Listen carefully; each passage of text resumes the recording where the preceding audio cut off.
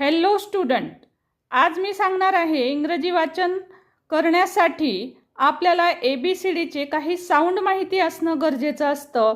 ते सर्व साऊंड, त्याचबरोबर मराठीतील काही विशिष्ट वर्णमाला जे की इंग्रजीमध्ये शब्द नाहीत ते मी दिलेले आहेत. त्याचप्रकारे काही जोड शब्द दाखवलेले आहेत जे की जोड शब्द इंग्रजी वाचन करताना अत्यंत महत्त्वाचे आहेत.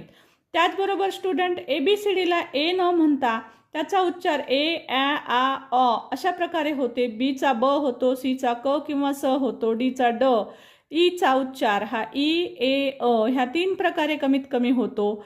एफचा उच्चार फ होतो, जीचा उच्चार ग किंवा ज होतो. याच प्रकारे प्रत्येक साऊंड इथे मी दिलेले आहेत झेडपर्यंत.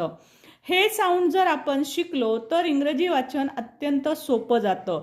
याची संपूर्ण सिरीज आमच्या चॅनलवर आहे, जरूर विजिट करा. Thank you so much for watching. इंग्रजी